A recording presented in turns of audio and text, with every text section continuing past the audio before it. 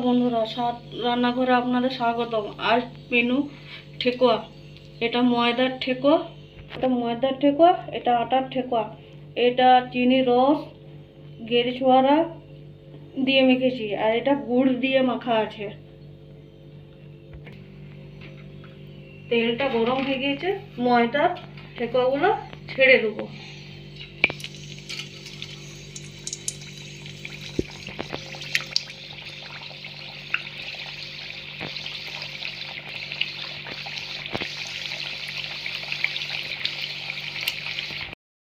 ঠেকুয়াগুলো এবারে উল্টে নেবো। ঠেকুয়াতে গেরি ছোয়ারা, ময়দা, সুজি।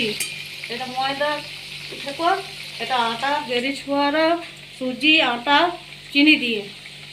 আর এটা আপনার গুড়, আটা, সুজি, গেরি ছোয়ারা বানাচ্ছি।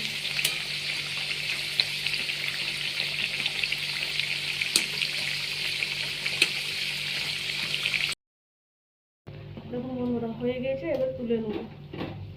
রেডি।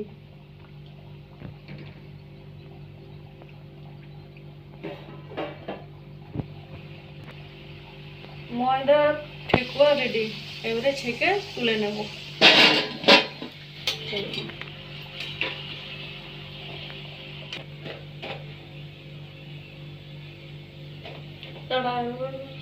এবারে আটা, চিনি, গেরি ছোয়ারা, সুজি দিয়ে বানানো ঠেকুয়াগুলো এবারে তেলে দেবো।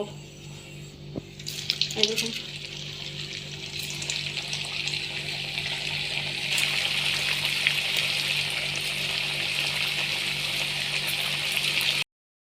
আটার ঠেকুয়াগুলো হয়ে গিয়েছে লাল। এবারে এগুলোকে অল্প উল্টিয়ে নেবো, উল্টার করে তুলে নেবো। হয়ে গেছে, এবার তুলে নেবো। তেলটা ঝরিয়ে তুলে নেবো।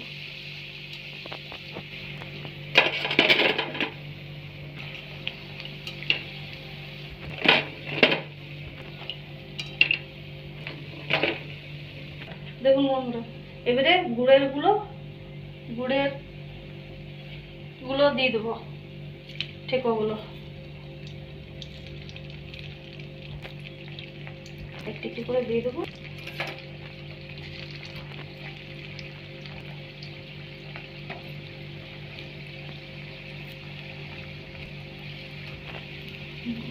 আচ্ছা বন্ধুরা, যদি ঠেকুয়া করার ছাঁচ যদি না থাকে, আপনাদের কাছে এমনি যদি